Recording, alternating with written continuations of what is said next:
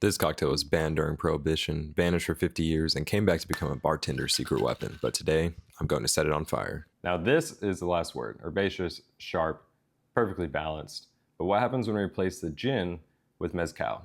Can we actually make a forbidden classic into a modern staple? And we're going to start with making the original with gin, invented in the Detroit Athletic Club in the 1910s, and then move on to the mezcal version. Fun fact, everything is 3/4 of an ounce. The gin, the green chartreuse, the maraschino liqueur, and the lime juice, bottled or fresh, whatever you got.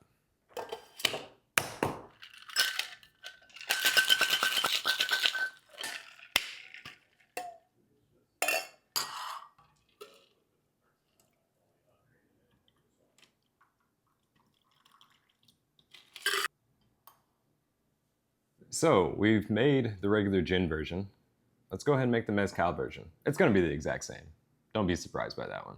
We're just going to swap the gin with mezcal, same exact everything else, and then we're going to compare them. Same thing here again, 3/4 of an ounce into everything, including the mezcal. And I did notice our green chartreuse has been out in the sun. It's a little bit faded, but it'll work, sadly. Shake that bad boy until it's nice and cold, and then pour it into a nice old coupe glass, whatever works.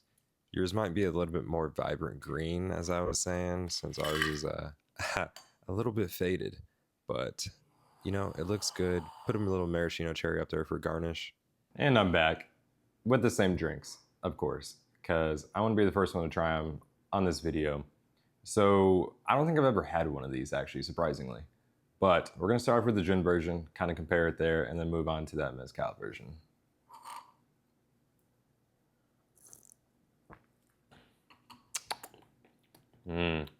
That's good. That's good. The lime and the maraschino play almost decadently. They're swing dancing right now with each other. Maraschino pops in this. I would agree, it's perfectly balanced. You're getting sweet, you're getting a little bit of that kind of like tanginess of a lime. The gin actually doesn't come out too strong, but you do get like that kind of herbal note from it, which is really nice. I really like that. It's just balanced, sweet, and just not overly complicated. It's just very nice to drink, honestly. Now let's go to this mezcal. Oh yeah, you definitely know it's mezcal on the nose. And of course, it might be more or less aggressive depending on which one you use, but